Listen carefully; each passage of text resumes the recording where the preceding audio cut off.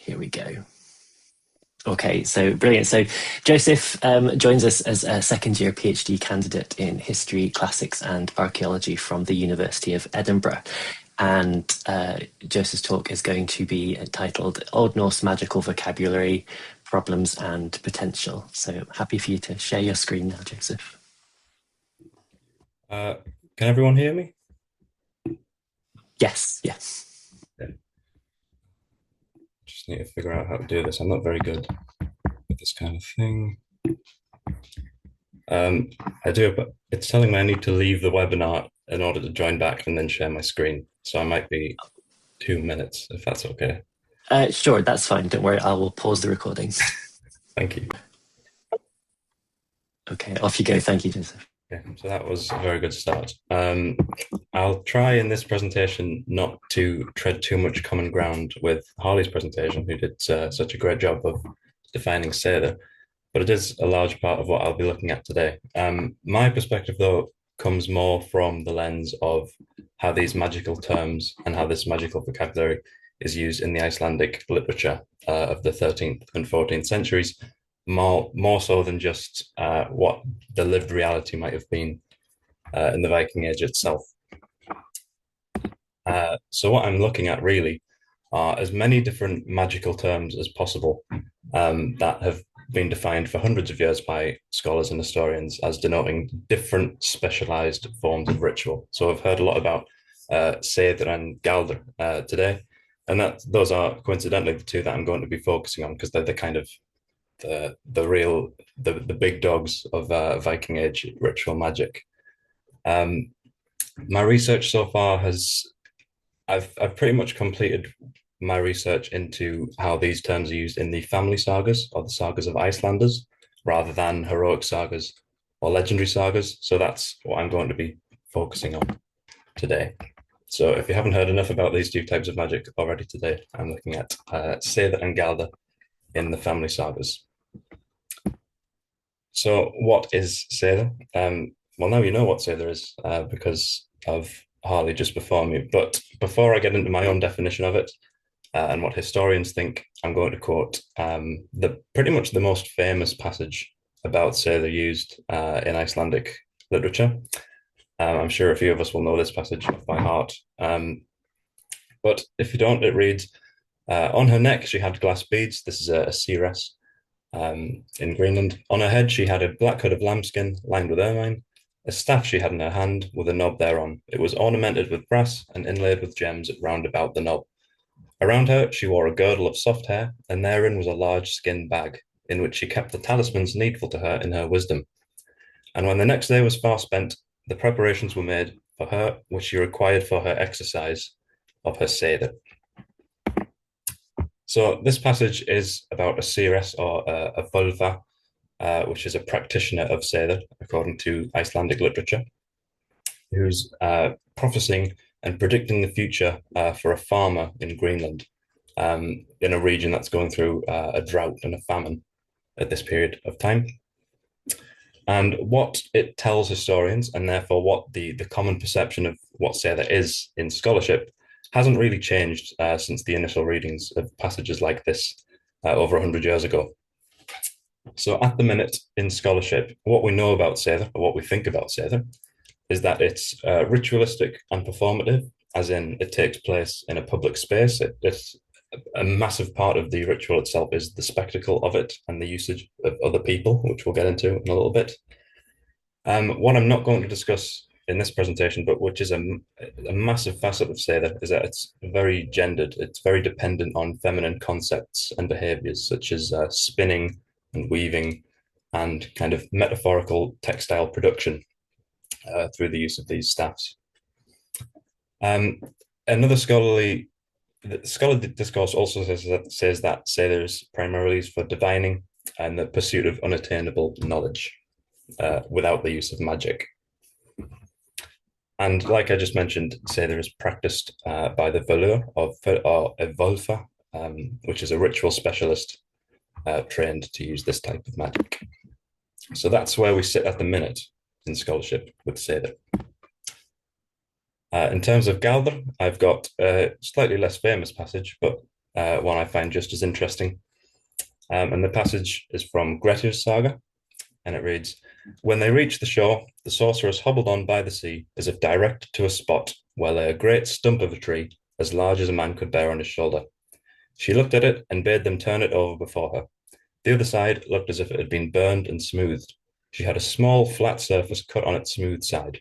Then she took a knife, cut runes upon it, reddened them with her blood, and muttered some galdra over it. After that, she walked backwards against the sun round it and spoke many potent words." So, what have passages like this told historians and scholars about Galdr? Well, much like Seder, it is also ritualistic and performative.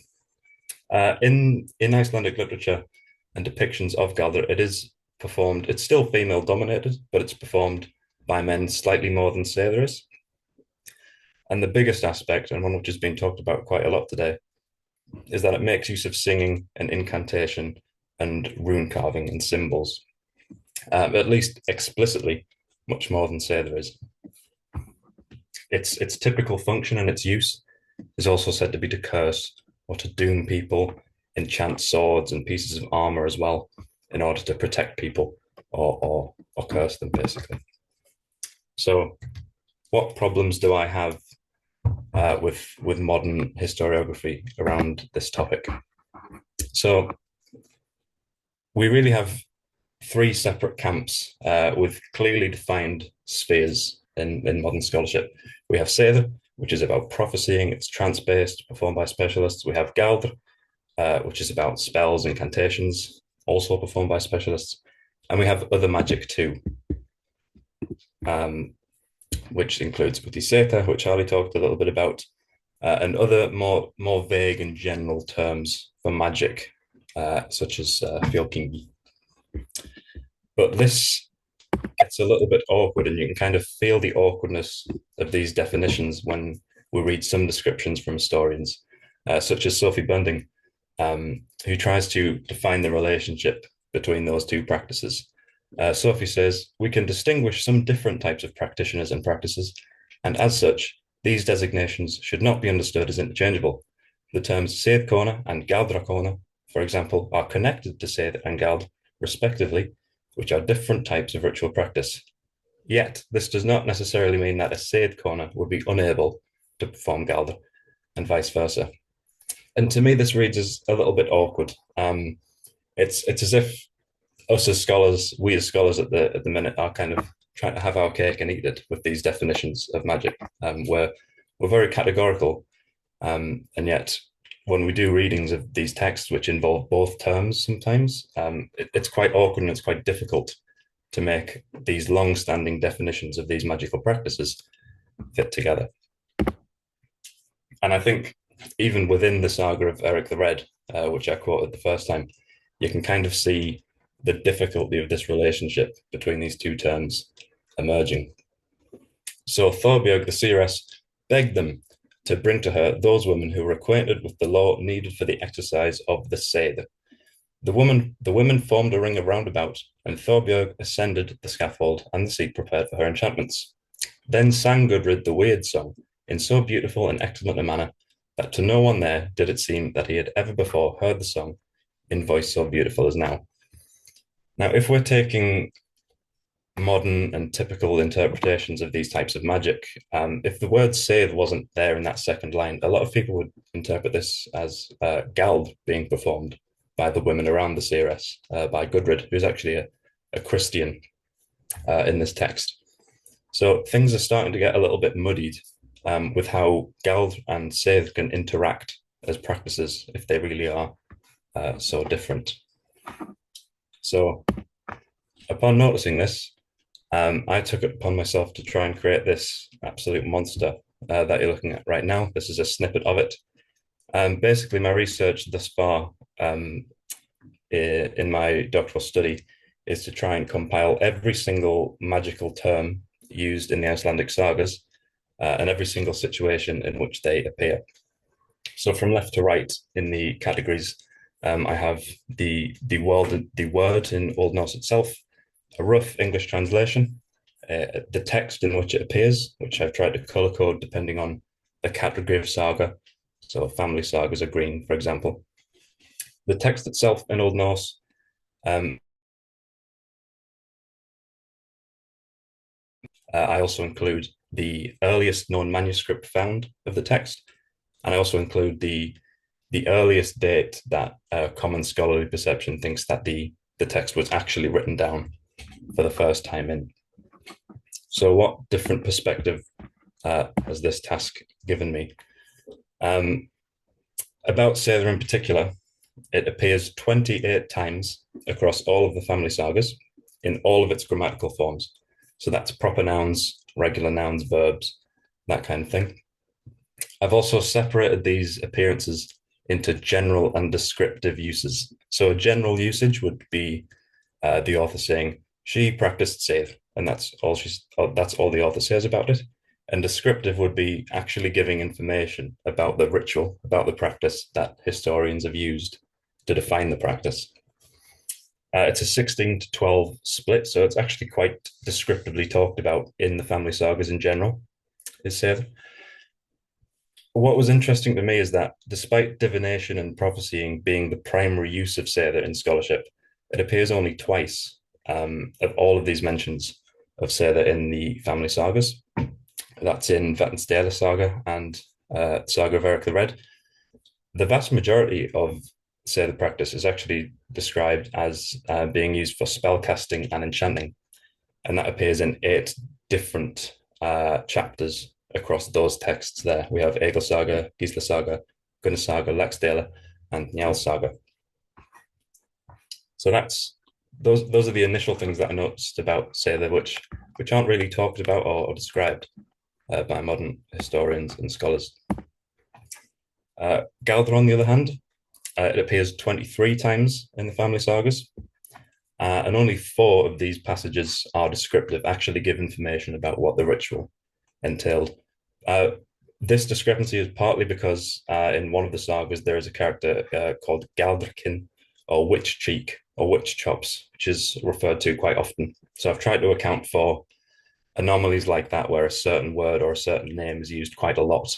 So you're not going to have many descriptive passages, or they might all be contained within one text. So I've tried to account for that in my database. It is much more limited than Seidr in its application. It is purely to use for incantation and enchantment. So I agree with historians on that part. Um, what really stands out about Galdr to me is that it's used as a noun 15 times, but it's also used in conjunction with another noun in the same clause 40% of the time, so 6 times. So that could be Galdr og Fornescue, which would mean Galdr and magic, or Galdr and ancient knowledge. In comparison, Seidr appears more times as a noun in the family sagas, but it's only used in conjunction with another noun once. That could possibly mean that Galdr is much more specific, and it's used kind of as a supplement to a wider form of magical ritual, which is what I'm getting to. We do have further complications as well. For example, Saga of the Romans, which is not a family saga, it's a much later saga, basically like an Icelandic translation of the story of Rome. It says Romulus and Remus struggled under the burden of their Galdr, so that each of them was to summon something through their own Seid Galdri. Now, if Seid and Galdr are completely separate, what on earth is Seid Galdri? In Grettis Saga of the 14th century, it seemed to me that you deserve to lose your life for witchcraft and black magic. That's how it's been translated by scholars. You lose your life for Galdr and Fjolkingi. Again, that the double noun issue presents itself quite often. And then in Laxdale Saga here, they climbed onto the roof of Hrut's house and made the great Seidr there. When the Seidr began, the people inside were at a loss to make out what was going on. But sweet was the singing they heard. Cowrie slept little or not at all, for it was against him that this singing was directed. He walked into the Seidr and fell down dead at once. So again, the idea that Seidr is used as a ritual with lots of people to prophesize and to predict the future more than anything else comes into question when not only is it used to harm in this passage of Laxdale Saga, but it's also supplemented and made possible by singing and chanting. So my questions are thus: um, why are specialized terms, Galdr and Seidr, used in addition to other magical terms or other more vague magical terms like Fjokingi or Fornski? If Save and Galdr are totally separate practices, what is Save Galdr? That does only appear once, but I think it's worth looking into. Also, why are specialist terms for Norse magic, i.e., Save and Galdr, being used to explain Roman mythology and magic in a Roman setting? Um, I believe that has quite a lot to do with the authorship of Icelandic sagas and trying to appeal to the audience with familiar terms that they'll understand. But it does at least call into question what we know about the definite lines between types of ritual practice in Old Norse and Icelandic. And also, I'm curious about the relationship and quite consistent relationship between singing and chanting and descriptions of Seidr, which you wouldn't expect, given what many historians and scholars, such as Neil Price, have said about the practice. So, going forward, my avenues to explore what I believe is the case so far is that Galdr actually forms part of a wider and more widely applicable magic ritual, which could be described as Seidr. I also believe that these terms will have once held more significance and more difference when it was actually practiced and talked about in Viking Age Scandinavia. But it's kind of ignored or obscured as time goes on and as Icelandic scholars are writing these sagas down throughout the centuries. I think it would be interesting for me to look at next is how the usage and descriptions of these terms change throughout the early sagas compared to the later sagas. And that's what I'll be looking at next. And that's pretty much it. So thank you very much. If you can answer any of the questions that I still have, I've left my email there. But thank you very much.